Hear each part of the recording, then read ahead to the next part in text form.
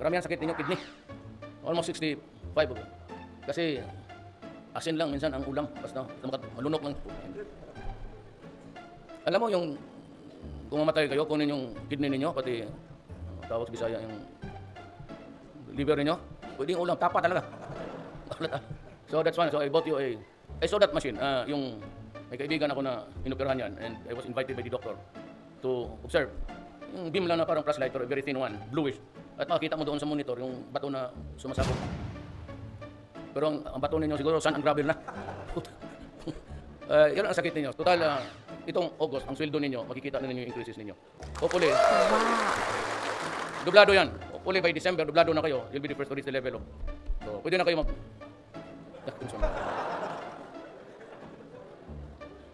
Ilang beses na yan. Pag namatay, dalawang magklimat. Nagpakasal sa sambuang ang buang. Pag abot sa late, napakasal na pag-usap. Oh my God. There has to be a mechanism. Kasi kawawa yung mga... Hindi ako naawa sa babae. Kaya babae, pareho mo pong negosyo sa laki. Biology lang yan eh. Yung bata, yung pamilya, I pity the human being. Yung tao na... So, butit na naala ko. One last police, I would publicly criticize them. They allow these things to happen na ang byuda magsige balik-balik doon. Ang ina itong police, minsan kagaguhan nila, ang byuda, pag maganda, mabuntis pa, pag uwi, wala na yung pensyon, naubos na. Look, these are the things that are totally unacceptable to me. Kasi ganito lang ako. Bakit ata rin ang asawa ko, pero okay man sila. Huwag kayong mag-isip na baka masabi tayo. Pagka sa trabaho, hirit. Ang problema, kung maghirit ka sa mga babae, wala. Ang problema mo yan. Kasi problema ko nga eh. Kita mo doon sa outtaking, dalawang pamilya, the right and the left. Kilala ko ang pulis for the many years, 40 years almost, as a prosecutor and as a congressman, an instructor until now. Kilala ko ka. I can even play with your work. Hindi yung sabihin na, lalaruan mo. Alam ko ang fingertips ko ang buhay ng pulis. Sa istasyon, pag tinapulan, parking ang sakyanan, matulog, ang gagong po. Yan ang mga pulis. Wala masyado akong problema sa military. Nagkakaroon ako ng severe problem sa pulis. Huwag ninyong isang ha? Sayang masyado. At saka kayong mga sundalo, paglabas ninyo ng gabi, yan, malabas. Ang malakas na loob ninyo, may baril. Ito rin mga ulol ng mga pulis, maglabas, mag-inuman rin.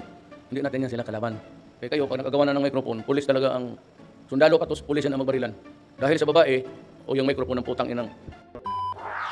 Anong pulis niya to? Pag may maganda dyan sa nightclub, huwag mong galawin yan, amin yan! Sa mga gago, yung mga batan, mga papugi-pugi, mga gwapa. Kaya mga gwapa, meron niyang mga boyfriend na mayaman. Wow. O usually niyan, ang mayaman yung may matanda, na may pera na sa buhay. Yung mga ano dyan, wala pa yan. Yan ang pasukan ng mga pulis. O pagtalik ko, pag alis ng matanda, sila naman ang pumapasok. Ano na talagang pulis? Tapos dito sa isang anak ng lubong, yung ano, dito sa... Nagdat po dito. Sorry, sir, dahil pamilya anak. Mo ba? Dua, sir. Pareho po na ako, sir. Correct, actually, there is. Huwag makita. Huwag makita na meron ka. Sundin na lang ninyo yung style na dito ilagay sa... Pero bantay kayo, kaya kung dito sa gitna, dyan lang nilagay sa gitna. Yung ang putang ina baka nakakap, nakalimutan mong ilak. Kung mawala yung utin mo, magpakamatay ka na lang rin. Bali, patay ka na niya. Hindi ka pa purma ka pa. May dalubo, balor. Tapos wala ng utin. Bali, wala na yan. Diba? Tuloy mo na. At teka ng tiil, pareho na mong edad, manang tiil, gatiko na. Di na mo di ka mo pangak. Ayaw pa ninyo yan, first time in history. At least ako lang ang presidente nagantad ng dalawang asawa harap-harapan. Yeah, boy. Hindi ka kaya ng mga general dyan? That's life. Yan talaga ang buhay. May anak ako, alang-alang na. Yung nanay, pwede mong baliwali, pero ang anak, Andre, di ba yan? May gusto ba sa ikwento sa inyo? Can you take it? Isang araw, may pumuntang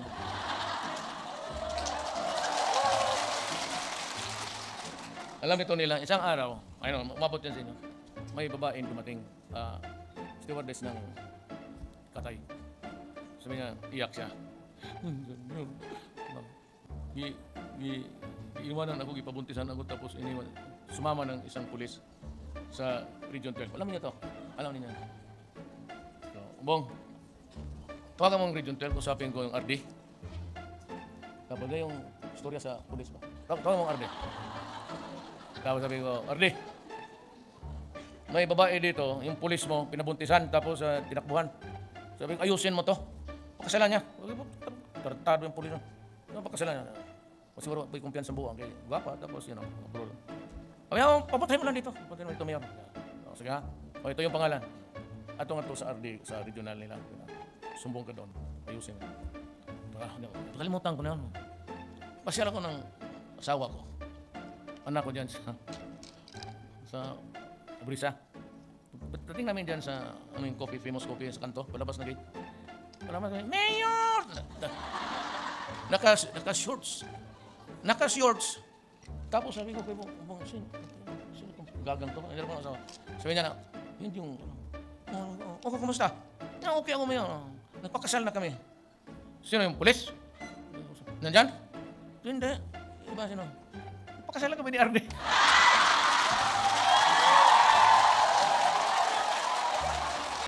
For those who are assigned in places, huwag ninyong isurrender yan buhay. Ayaw ko kung anong guidelines nila ng mga generasyon. Ako, may spare magazine man yan. Either isa or dalawa. Usually dalawa yan. Tapos naka-deploy yung isa, so tatlo.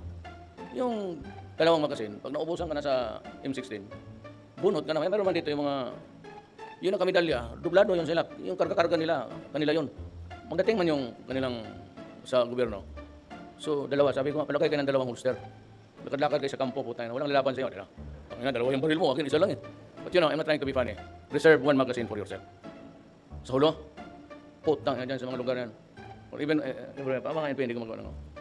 Pero doon, mag-surrender ka, gawin kang aso. Bababuhin ka dyan sa kampo. Gawin kang buhit lahat. Pamasahe pa yung mga yan. Ikaw pa ang.